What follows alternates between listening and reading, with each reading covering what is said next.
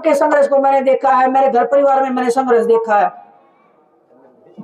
बहुत सारे भाई ऐसे हैं जो फौज में नौकरी करना चाहते हैं लेकिन आज वो नहीं करना चाहते हैं, माँ बाप नहीं जाने देना चाहते हैं।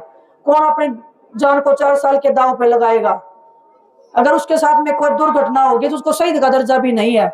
एक खिलाड़ी को बोलो कि आप खिलाड़ी बनो, आप खेल खेलो, लेकिन जब आप रिटायर हो जाओगे तो आपको खिलाड़ी नहीं बोला जाएगा, आपको और कुछ नाम दिया जाएगा। कोई स्वीकार नहीं कर सकता इस चीज को। अगर फिर भी अगर हमारी 10 साल बाद में जो यह घटनाएं हो रही है, अगर हमारी आज टाइम आने पे आंखें नहीं खुली हूं, तो मैं मानती हूँ कि हमारा जो बच्चों का भविष्य है, जो हमारे बहन भाइयों का भविष्य है, वो बहुत ज्यादा अंधकार में है। कोई मसीहा नहीं आएगा आपके बीच में बचाने वाला। कोई सोचता हो कि हाँ भगत सिंह आएगा और एक दिन देश के लिए कुर्बानी देगा और सब कुछ ठीक हो जाएगा। नहीं आएगा कोई भी भगत सिंह। हम भी गए थे यही सोच के कि जंतर मंतर पे बैठ जाएंगे, कोई भगत सिंह आ जाएगा, 2 घंटे में उठा के ले जाएगा कि बोलो बेटा क्या समस्या है, और सब समाधान हो जाएंगे।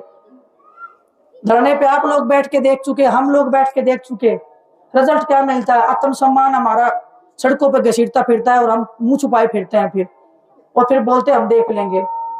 अभी वो देखने का टाइम आ गया है। राजनीति कोई बुरी चीज नहीं है, और मैं मानती हूं अगर महिलाओं के अधिकार के लिए राजनीति करनी है तो जरूर होनी चाहिए। अगर खिलाड़ियों के अधिकार के लिए कोई राजनीति करना चाहता है तो जरूर करना चाहिए। अगर आपकी बेटियों की रक्षा के लिए कोई राजनीति में आना चाहता है तो क्यों नहीं आना चाहिए? अगर इन चीजों पे भी राजनीति नहीं होगी तो मैं मानती हूँ कि राजनीति होगी किस चीज पे, कोई बताने वाला हो। यहाँ पे कोई भी खिलाड़ी हो, आप पूछ लेना आपके घर में जो स्टेट लेवल पे भी खेलता है, चाहे नेशनल लेवल पे भी खेलता है, पूछना उनसे आप वो बेटियां किस दर्द से गुजरती है। हर जगह पे ब्रजभूषण बैठे हैं यहाँ पे। जब शुरुआत करते हैं स्टेडियम से लेके ऊपर पदों तक लेके हर जगह ब्रजभूषण बैठे हैं। नहीं जाने देंगे आपके बच्चों को आगे। हम भुगतभोगी हैं उस चीज के। हर लड़की इतनी स्ट्रॉन्ग नहीं हो सकती जो विनेश फोगाट है आज, नहीं हो सकती है, वो टूट जाएगी। कितनी लड़कियां मेरे साथ में जो रेसलिंग करती आई हैं।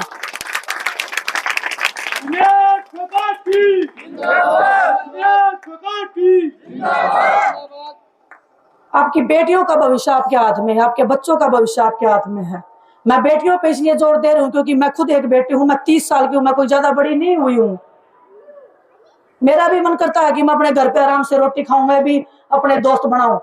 और सोचा भी यही था, सपने भी यही थे कि एक दिन जब खेल खत्म हो जाएगा तो आराम से अपने 2 चैन की रोटी खाएंगे। बहुत संघर्ष कर लिया, बहुत मेहनत कर ली, लेकिन कई बार जिंदगी में जब आप जो चाहते हैं वो नहीं होता है। कई बार आपको समाज के लिए भी कुछ करना पड़ता है। राजनीति में कोई खुशी से नहीं आता, मैं मानती हूँ। हम जैसे बच्चे तो खासकर नहीं आते हैं। ये मजबूरियां हैं, ये हालात है जो हमें लेके आते हैं।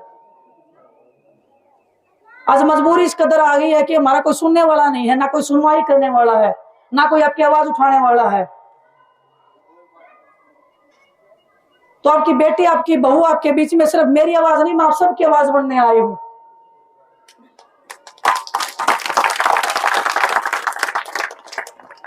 जब आपका खुद का बच्चा जो आपके बीच में आपकी हर एक लड़ाई में साथ खड़ा रहा, अगर वो बच्चा वहां पे जाएगा तो मैं मानती हूं कि आपकी जो जिंदगी है वो सफल हो जाएगी। आपके बच्चों का जो भविष्य है वो सुरक्षित हो जाएगा। जब तक मेरे हाथ में ताकत थी, जब तक मेरे हौसले बुलंद थे, मैंने सब कुछ किया और मैं आगे भी करूंगी। लेकिन एक आदमी के, इंसान के हाथ में इतना ही होता है जितना आप सबके हाथ में है। हम साथ में बैठ के रो लेंगे, हंस लेंगे और शायद 1-2 बच्चों की हेल्प भी कर देंगे, खेल के क्षेत्र में कर देंगे। उससे ज्यादा नहीं कर सकते हम। कोई ताऊ ताई आके ये बोले कि बेटा नौकरी लगवा दे, नहीं कर सकते हम ये काम। ये काम होगा तो उसी जगह पे होगा जहां पे हमारा संविधान लिखा गया था। और संविधान में जो राजनीति को ताकत दी गई है वो किसी और क्षेत्र में वो ताकत नहीं है बिल्कुल भी। 5 तारीख को अगर आपको जाना है, आपके बच्चों के भविष्य के लिए जाना पड़ेगा, रोजगार के लिए जाना पड़ेगा। और ये कोई राजनीति बातें नहीं है, ये हकीकत है हमारी जिंदगी की। जितना जल्दी अगर हम समझ लेंगे, जितना जल्दी हम इसको मान लेंगे, हमारे खुद के क्षेत्र से लगा लो, चाहे पूरे हरियाणा प्रदेश के लिए लगा लो, आपकी बेटी का जितना लगा लो, चाहे आपका, मैं जीतूंगी तो आप लोगों का विश्वास जीतेगा, आप लोगों का संघर्ष जीतेगा। अगर मेरी जैसी बेटियां अगर हार गई तो मैं मानती हूँ कि हमारा जो संघर्ष है, जो आप लोग करते आए हो 10 साल से सड़क के ऊपर, नहीं छोड़ो ना क्यों बोल।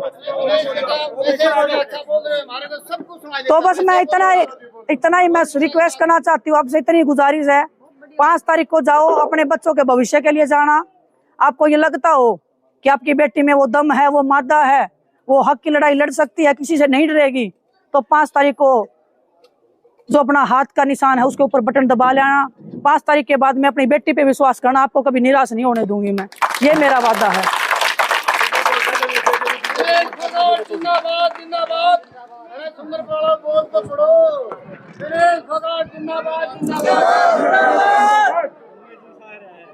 एक दो बात है जो मैं और क्लियर करना चाहती हूँ। ये जो जुलाना विधानसभा क्षेत्र है हमेशा पिछड़ा हुआ इसलिए है क्योंकि आपका जो विधायक है वो कभी सरकार में उसका कोई हाथ नहीं होता है। मुख्यमंत्री किसी और पार्टी का होता है, विधायक आपकी और पार्टी का होता है। ये गलती इस बार नहीं होनी चाहिए,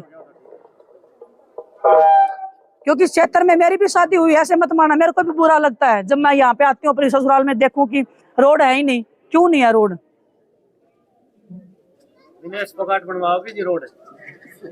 विनेश फोगाट अकेली नहीं बनवा सकती है रोड, आपकी ताकत है ये रोड बनवा सकती है। आप में आपके जो हाथ में जो ताकत है वो उसको पहचानना पड़ेगा आप सबको। और मैं चाहती हूँ कि आपके बेटे आपकी बेटियां विनेश फोगाट की इधर साथ में आए, मेरी भी ताकत बनेंगे। वो अकेली विनेश फोगाट को तो मार देंगे वो लोग, बहुत सारे ताकतवर लोग हैं, लेकिन आपके बच्चों को यहाँ पे खड़ा होना पड़ेगा, वही आपके दर्द को समझ सकते हैं और कोई नहीं समझ सकता। बहुत सारे राजनेता आएंगे आपका अभी मैं बताती हूँ, जुलाना विधानसभा क्षेत्र में लगा लो, कहीं और लगा लो, बहुत सारी पार्टियां ऐसी है जो अलग अलग क्षेत्र में निकाल के रहते कि वोट देना, इसीलिए सिर्फ किसको दबा लो कहीं दबती हो तो। ये इनको ये पता है ये यहाँ से निकल गई, इसकी जुबान तो नहीं रुकेगी तुमसे कैसे भी, ना इसकी हिम्मत वे तोड़ सकते हैं। हौसला हिम्मत नहीं तोड़ सकते वो हमारा, क्योंकि वो हमारे खून में, हमारे संघर्ष में है। संघर्ष से जो आया है उसका हौसला कोई नहीं तोड़ सकता है, वो परमात्मा का बंदा होता है। तो हर वो कोशिश करेंगे वो मुमकिन कि इसको रोको, इसको नहीं जाना चाहिए। और ईमानदार आदमी को, सच्चे इंसान को, संघर्षशील को कोई आगे नहीं देखना चाहता है, खासकर वो जो खुद भ्रष्टाचार में लिप्त हो, चाहे दूसरों का हक खाने के लिए जिम्मेदार हो।